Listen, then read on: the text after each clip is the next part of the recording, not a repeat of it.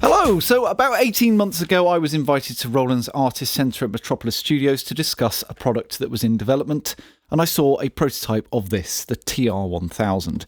And whilst it was far from finished and it was only partially working, I could already tell this was going to be a huge deal. Let's take a look at what this is and how we got here. As has been discussed on this channel many times, Roland's relationship with drum boxes goes back to day dot. After half a dozen analog rhythm machines, Roland figured out digital sequencing in the latter half of the 70s and released the CR78, TR-808, 606 and 909, the latter being the first to contain digital samples alongside analog voices. After the 909, Roland abandoned analog entirely and moved into digital before ditching the TR moniker, as transistor rhythm no longer encompassed what they were doing. After units that played back samples, Roland got into sampling, sample editing and sample manipulation with units such as the S770, SP404 and VP9000. Into the new millennium, Roland pushed forward these technologies and then in 2014 reintroduced the TR series with the popular TR-8 and 8S that included their new analog circuit modelling technology along with sampling and FM. However, there have been growing calls in recent years for Roland to bring back analog voices again, because 808 and 909 sounds are still sought after and still used on a daily basis all these decades later, and original units become rarer and more expensive as the years go by. Roland decided to answer the call, but there were a number of hurdles to overcome. Firstly, they'd spent decades investing in and developing digital technologies, and you need expertise and facilities to design, mass-produce, service and support analog circuits, and more importantly, Roland needed to be able to produce analog voices that sounded every bit as good as what they could do with digital, as there's no point doing analog for analog's sake, especially given the drawbacks and limitations analog has when compared to digital. So, Roland took the time behind the scenes getting this right. So that's the first headline, and it's a big one. This is the first drum machine that Roland have made since the 909 in 1983 that has analog voices. It has 16. You've got some based on circuits from the 808 and some based on circuits from the 909. So first things first, let's listen to the 808 style circuits.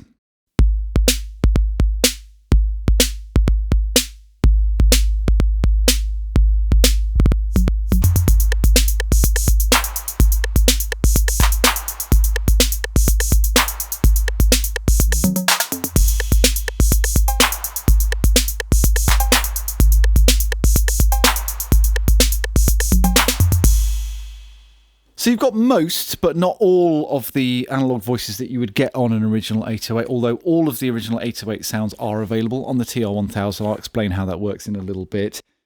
You have some additional controls that you didn't have on the 808 on certain voices, or you might have some extended ranges that you didn't have on the 808. For example, you can actually tune the kick drum, which is one of the Achilles heels of the original 808. So I thought I should just give you a quick demonstration with audio of what that actually sounds like. So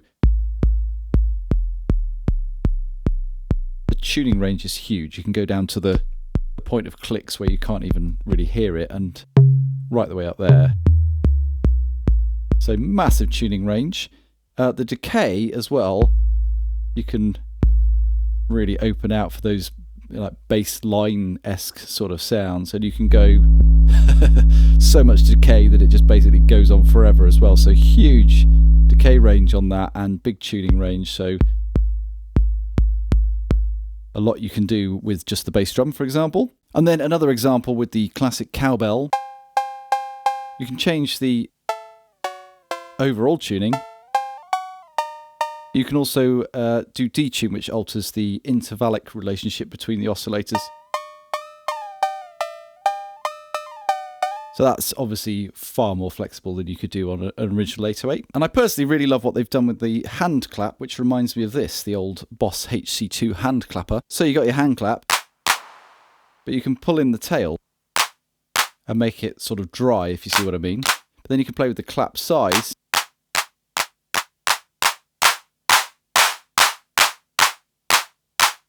Bring in a bit of tail.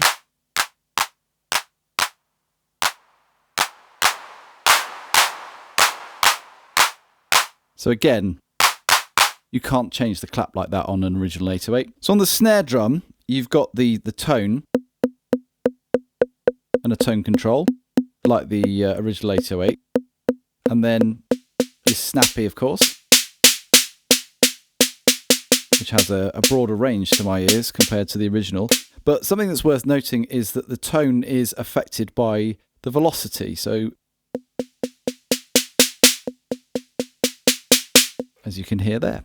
On the subject of tuning, I didn't know there were originally two versions of the 808 snare. The early versions had a higher pitch snare, and then at some point in the production run, they moved to a lower pitch snare. All the 808s I've ever used and the one I own have the lower pitch snare, but they've based this on the very early 808 with the higher pitch snare. Now, I know people are going to ask, because I'm fortunate enough to have an original 808, what does this sound like next to an 808? Let's have a listen.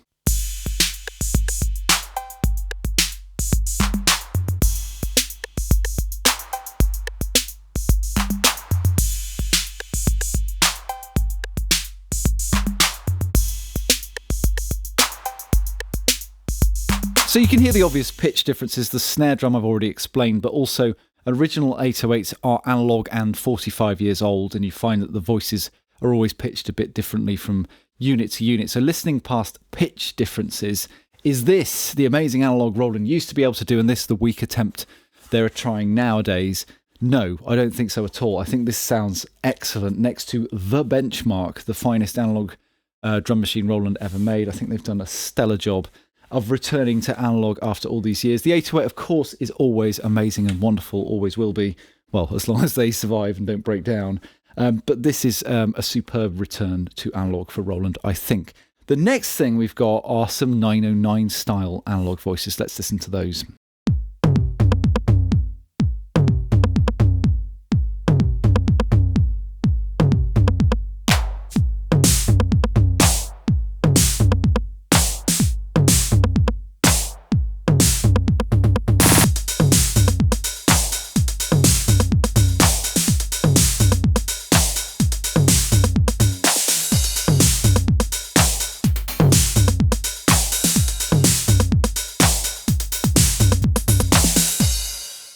Okay, so you've got almost all of the original 909 analog circuits in the TR-1000 with the exception of the mid-tom, although all of the sounds of the original 909, including the digital hi-hats and cymbals, are available on the TR-1000. Again, I'll explain how that works in a moment.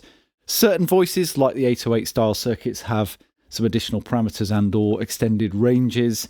There were multiple revisions of the original 909. I don't know which ones they've based it on, or even, in fact, which my 909 is. But that said, I know you're going to want to know, so let's put them side by side and see what they sound like.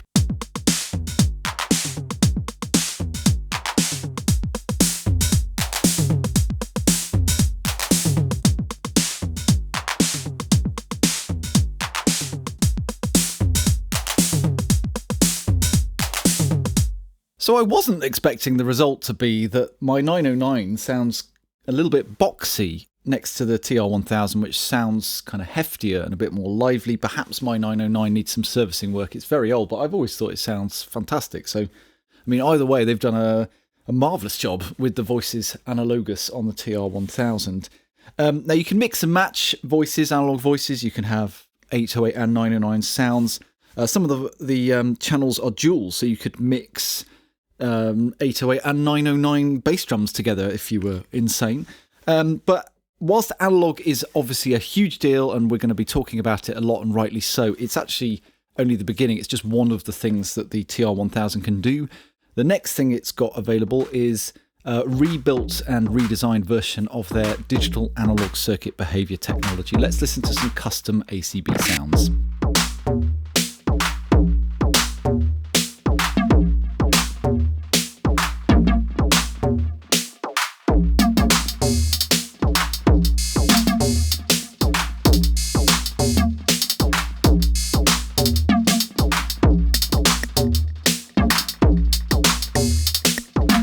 Okay, so there's some custom ACB sounds. The reason you've got ACB is twofold.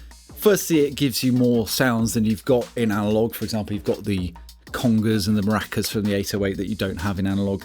But also, because it's digital, it gives you the flexibility to go into particular sounds and pull them apart and do kind of circuit bending-esque things with sounds that would be kind of difficult or impractical or even impossible to do in Analogue. So it fills out the palette further, and you can mix and match ACB with Analogue as well. So if you wanted a different snare, but with an Analogue kick and Analogue toms and hats, you can do that.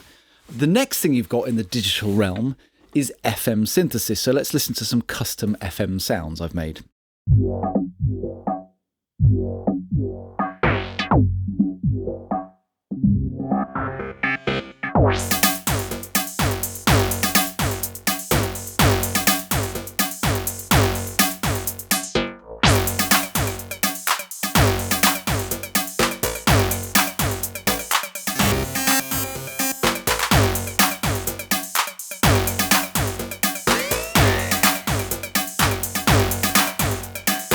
So I think having FM is a brilliant idea because it's a different paradigm than subtractive. You can get into, the cross modulation, the frequency relationships, the feedback, the harmonic content, all that sort of stuff.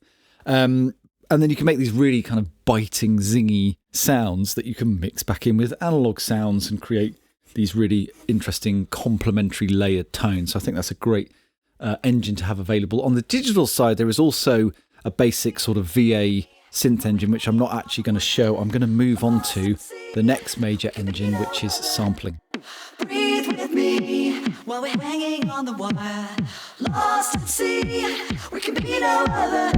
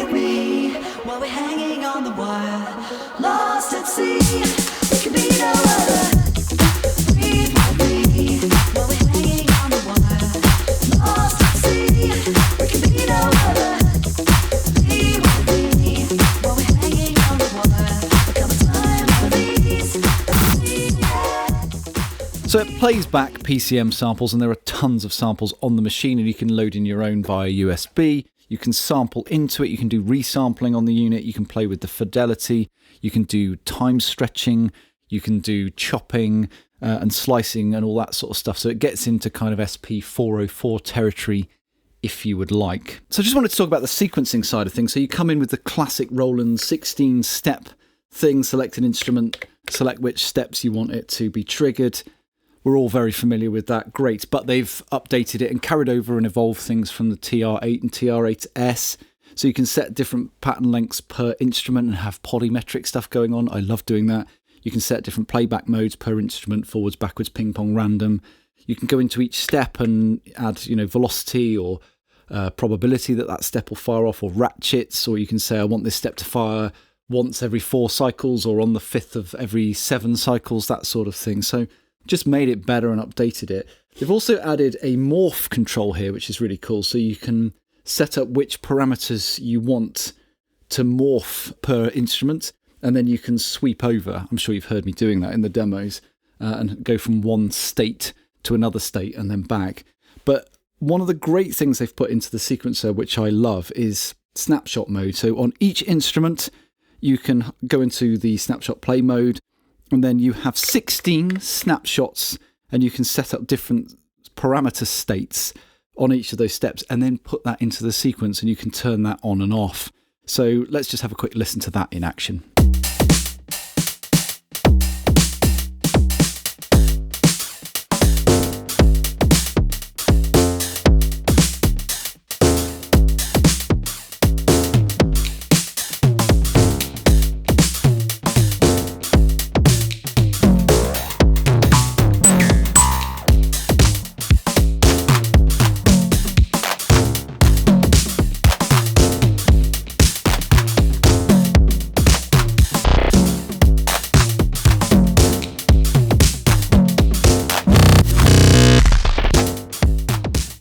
So in terms of performance, there's loads of stuff to play with. You've got assignable controls on the voices that you can set up and interact with. I've talked about the morph and the snapshot. There's loads of digital effects, reverb, delay, phase shift, ring mod, compression, side chaining, etc. There's proper mixing as well and panning. But there are also some analog effects. There's stereo analog drive and stereo analog filtering. It is state variable and resonant, and I'm sure you've heard me using it throughout. I quite like using the high pass and bringing it all up and then dropping it back down and bringing all the bass back in, but you can do band pass and low pass if you want, and it has its own individual out for the analog effects, so you can decide what goes through it and what doesn't. If you want more filters, there are digital filters as well. On the back, they've gone to town, which is fantastic. All the individual out, stereo out, analog effects out that I talked about. You've got stereo ins, you've got MIDI and DIN sync, which is great for various pieces of equipment that use DIN sync, old or new.